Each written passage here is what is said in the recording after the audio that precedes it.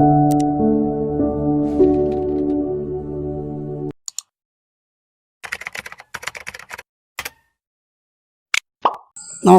P K മീഡിയയുടെ stories ചാനലിൽ ഒരു പുതിയ വീഡിയോയിലേക്ക് അവർക്കും ഹൃദ്യമായ സ്വാഗതം.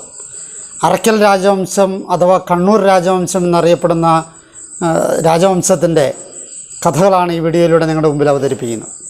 കണ്ണൂർ കേന്ദ്രമായി നിലവിലുണ്ടായിരുന്ന കേരളത്തിലെ ഏക മുസ്ലിം രാജവംശമാണ് അറക്കൽ രാജവംശം. 15-ാം നൂറ്റാണ്ടിൻ്റെ അന്ത്യത്തിൽ പോർച്ചുഗീസുകാർ കേരളത്തിലെത്തുമ്പോൾ ഇവിടുത്തെ കടൽ വാണിജ്യത്തിലും കണ്ണൂരിൻ്റെ പ്രാദേശിക ഭരണത്തിലും ഉണ്ടായിരുന്നത് മുസ്ലിം കുടുംബമായിരുന്നുവെന്ന് കാണാൻ പറ്റും. പോർച്ചുഗീസ് രേഖകളിൽ കേരളത്തിലെ മുസ്ലിം വാണിജ്യത്തെക്കുറിച്ചും അതിൽ മമ്മാലിമാരുടെ പങ്കും വിശദീകരിച്ചിട്ടുണ്ട്. ഈ മമ്മാലിമാരുടെ തുടർച്ചയാണ് ആലി രാജവംശമെന്നും അതിൽ പ്രതിപാദിച്ച് കാണാൻ പറ്റും. സ്വതന്ത്രമായ അധികാരവും ഭരണവുമുള്ള നാണയമടിക്കുവാനും വെൺകൊറ്റക്കുട ചൂടാനുമൊക്കെയുള്ള അവകാശവും ഉടമ്പടികളിൽ ഒപ്പുവയ്ക്കാനും മറ്റ് രാജ്യസ്ഥാനങ്ങളുമായി സന്ധിയും കരാറും സ്വതന്ത്രമായി നിർവഹിക്കാനുമുള്ള അധികാരവുമുള്ള സ്വരൂപമായിരുന്നു അറക്കൽ രാജവംശം. മരുമക്കത്തായ സമ്പ്രദായമാണ് ഇവർ പിന്തുടർന്നു പോകുന്നത്. കണ്ണൂർ നഗരത്തിൻ്റെ ആധിപത്യവും വടക്കേ മലബാറിലെ കുരുമുളകിൻ്റെയും ഏലത്തിൻ്റെയും വാണിജ്യ കുത്തകയും ഏറെക്കാലം അറക്കൽ കുടുംബക്കാർക്കായിരുന്നു. 1772 ഡച്ചുകാരിൽ നിന്നും കണ്ണൂർ കോട്ട കരസ്ഥമാക്കി ബ്രിട്ടീഷുകാരുമായി BV ഉണ്ടാക്കിയ കരാർ പ്രകാരം മിനിക്കോയ്, അതുപോലെ തന്നെ അമേനി, ലക്ഷദ്വീപ് എന്നിവ ബ്രിട്ടീഷ് ആധിപത്യത്തിലായി. പേരിന് പിന്നിലുള്ള കഥകളെ നോക്കാം. അലി രാജാക്കന്മാരെന്നും ആദി രാജാക്കന്മാരെന്നും ആഴി രാജാക്കന്മാരെന്നും അറക്കൽ രാജാക്കന്മാരെന്നുമെല്ലാം ഇവർ അറിയപ്പെടുന്നുണ്ട്. കേരളത്തിലെ ആദ്യ മുസ്ലിം ഭരണാധികാരി എന്ന നിലയിൽ ആദിരാജ എന്നും, കടലുകളുടെ അധികാരി എന്ന അർത്ഥത്തിൽ ആഴി രാജ എന്നും, കുലീന രാജാവ് എന്ന അർത്ഥത്തിൽ അലിരാജ എന്നും പ്രയോഗിക്കപ്പെട്ടു എന്നാണ് പറയപ്പെടുന്നത്. കടൽ വ്യാപാരവും നാവികബലവും ഉണ്ടായിരുന്നതിനായിരിക്കണം അറക്കൽ രാജാക്കന്മാരെ ആഴി രാജാക്കൾ എന്ന് വിളിച്ചു പോന്നത്. അറക്കൽ രാജവംശത്തിൻ്റെ പ്രധാന നേട്ടം അറബിക്കടലിൽ കിടക്കുന്ന മാലിദ്വീപ്, ലക്ഷദ്വീപ് എന്നിങ്ങനെയുള്ള ദ്വീപസമൂഹങ്ങൾ തങ്ങളുടെ അധീനതയിൽ കൊണ്ടുവരാൻ കഴിഞ്ഞു എന്നതാണ്. മിനിക്കോയിയെയും ലക്ഷദ്വീപിനെയും വേർതിരിക്കുന്ന കടലിടുക്കിനെ മമ്മാലിച്ചാൽ എന്നാണ് പോർച്ചുഗീസ് രേഖകളിൽ വിശേഷിപ്പിച്ചിട്ടുള്ളത്. അധികാരത്തിലെത്തുന്ന സ്ത്രീകൾ ആദിരാജ ബീബി എന്നാണ് വിളിക്കപ്പെട്ടിരുന്നത്.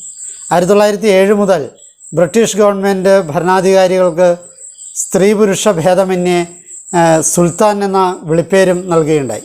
പൊതുവെ രാജകുടുംബത്തിലെ അധികാരി സ്ത്രീയാണെങ്കിൽ അറക്കൽ ബീവി എന്നും പുരുഷനാണെങ്കിൽ അലിരാജ എന്നുമുള്ള സ്ഥാനപ്പേരിലാണ് ജനങ്ങൾക്കിടയിൽ അറിയപ്പെട്ടിരുന്നത്. ഈ രാജകുടുംബം ഹിജ്റ 129-ലും 163-ലും സ്വന്തമായി നാണയമടിച്ചുവെന്നതും ഏറ്റവും വലിയ പ്രത്യേകതയായി കാണാൻ പറ്റും. ആലിരാജ പണം, കണ്ണൂർ പണം എന്നൊക്കെയായിരുന്നു ഇവർ അടിച്ച പണം അറിയപ്പെട്ടിരുന്നത്. രാജവംശത്തിൻ്റെ ഉത്ഭവ കഥകളെക്കുറിച്ച് നോക്കാം. ഈ രാജവംശത്തിൻ്റെ ഉത്ഭവത്തെക്കുറിച്ചും അവരുടെ സ്ഥാനപ്പേരിൻ്റെ ഉറവിടത്തെപ്പറ്റിയുമൊക്കെ നിരവധി ഐതിഹ്യങ്ങളും കഥകളും ഒക്കെ പലയിടത്തും കാണാൻ പറ്റും.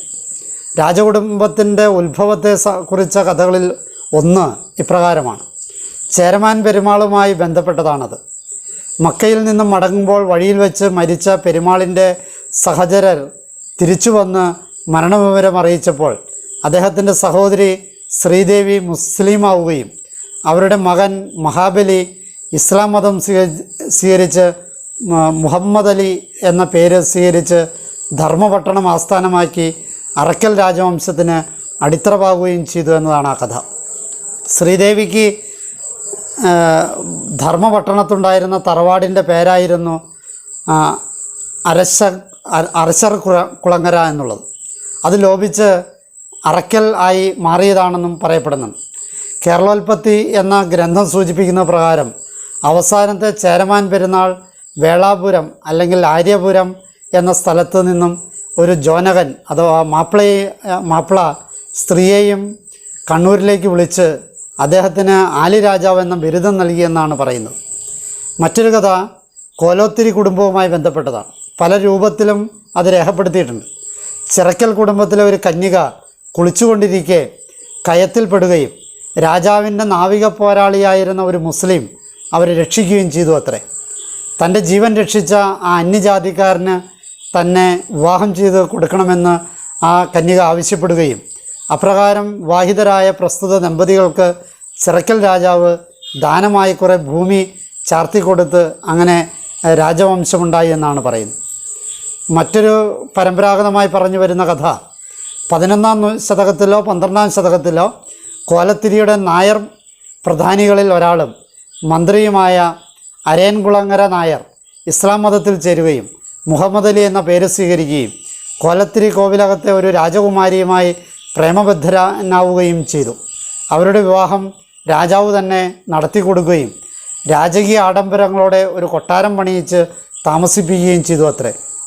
ഈ മുഹമ്മദ് അലിയുടെ പിൻഗാമികളിൽ പലരും കോലത്തിരിയുടെ സജീവന്മാരാണെന്ന നിലയിൽ സേവനമനുഷ്ഠിച്ചിരുന്നു എന്നും അവരാണ് മമ്മാലിക്കിടാവുകൾ എന്ന് പിന്നീട് പ്രസിദ്ധരാവുകയും ചെയ്തത് എന്നുമൊക്കെ പറഞ്ഞു വരുന്നുണ്ട്. അറക്കൽ ബീവിയുടെ കഥകളെ നോക്കാം.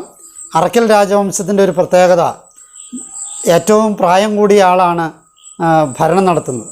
അത് സ്ത്രീയാണെങ്കിൽ അവരെ അറക്കൽ ബീവി എന്നാണ് അറിയപ്പെടുന്നത്.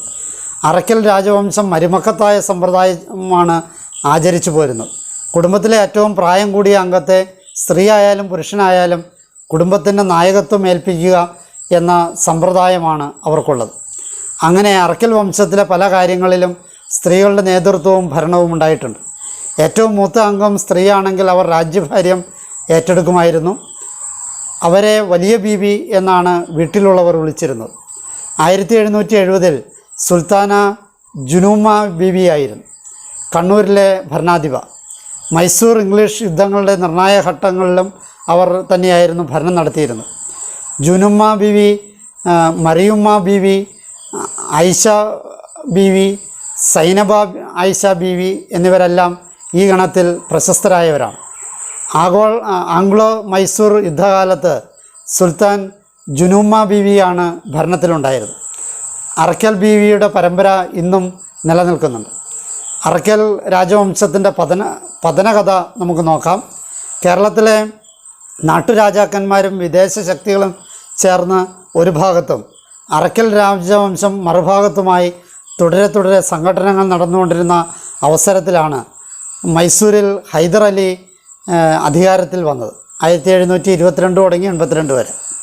കോലത്തിരി വംശത്തിലെ ഇളയ രാജാവായ കാപ്പു തമ്പാനും ആലി രാജായും ചേർന്ന് ഈ സന്ദർഭത്തിൽ ഹൈദർ അലിയെ മലബാറിലേക്ക് ക്ഷണിച്ചു. തൻ്റെ അധികാരസീമ വിപുലപ്പെടുത്തുവാൻ ലഭിച്ച ഈ അവസരം ഉപയോഗിച്ചാണ് 1766-ൽ ഹൈദർ അലി മലബാർ ആക്രമണത്തിന് പുറപ്പെട്ടത്. അലിരാജ 20,000-ഓളം കാവലാൾപ്പടയും തൻ്റെ നാവിക ശക്തിയും സമാഹരിച്ചുകൊണ്ട് ഹൈദർ അലിയുടെ ആക്രമണത്തെ സഹായിച്ചു കൊടുക്കുകയും അദ്ദേഹത്തിൻ്റെ വിജയത്തിനു വേണ്ടി പ്രവർത്തിക്കുകയും ചെയ്തു. മലബാർ കീഴടക്കിയ ഹൈദർ അലി സമ്മാനമായി ചിറക്കൽ രാജ്യത്തിൻ്റെ ഭരണ നേതൃത്വം അലിരാജയെ ഏൽപ്പിച്ചു. അദ്ദേഹത്തിൻ്റെ സഹോദരനെ അറബിക്കടലിൻ്റെ മൈസൂർ നാവികപ്പടയുടെ അധിപനായി നിയമിക്കുകയും ചെയ്തു. കോലത്തിരി രാജാവ് 1774-ൽ തിരുവിതാംകൂറിൽ നിന്നും മടങ്ങി വന്ന് തൻ്റെ രാജ്യത്തിൻ്റെ ഭരണം തിരിച്ചേൽപ്പിക്കണമെന്നും കപ്പം കൃത്യമായി നൽകാമെന്നും ഹൈദർ അലിയെ ബോധിപ്പിച്ചതിൻ്റെ അടിസ്ഥാനത്തിൽ അലിരാജായെ മാറ്റി ചിറക്കൽ രാജാവിന് സ്ഥാനം ഹൈദർ അലി ഏൽപ്പിച്ചു കൊടുത്തു.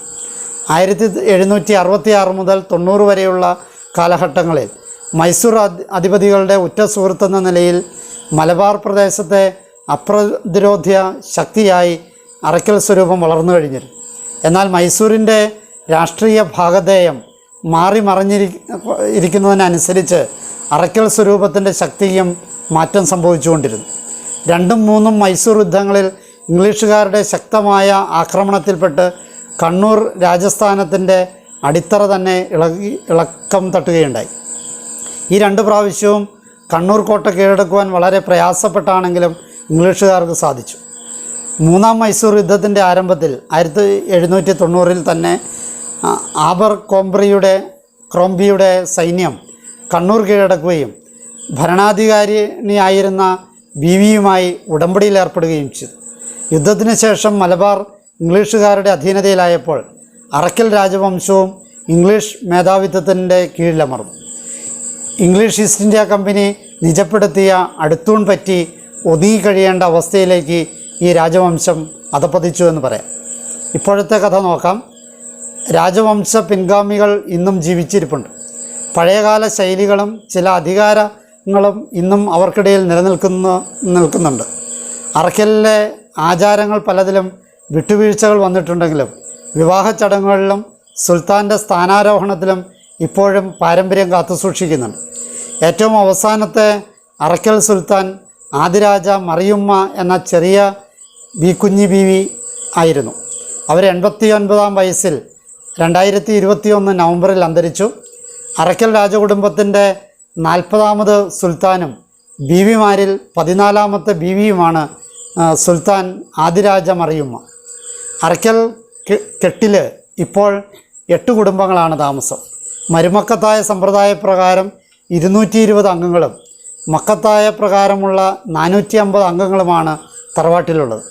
കണ്ണൂർ സിറ്റി ജുമാത്ത് പള്ളി ഉൾപ്പെടെയുള്ള നിരവധി പൈതൃക സ്ഥാപനങ്ങളുടെ ഉന്നത അധികാരം ബീവിക്കാണ്.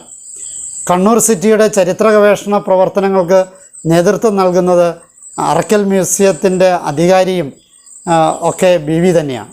കണ്ണൂർ ജില്ലയിലെ 48 പള്ളികളുടെ മുതവല്ലി സ്ഥാനവും അറക്കൽ കുടുംബത്തിനാണ്. അറക്കൽ കുടുംബത്തിൻ്റെ ഈ കഥ നിങ്ങൾക്ക് ഇഷ്ടപ്പെട്ടു എന്ന് വിചാരിക്കുന്നു. എന്നെ ശ്രവിച്ച നിങ്ങൾക്ക് നന്ദി. നല്ല നമസ്കാരം.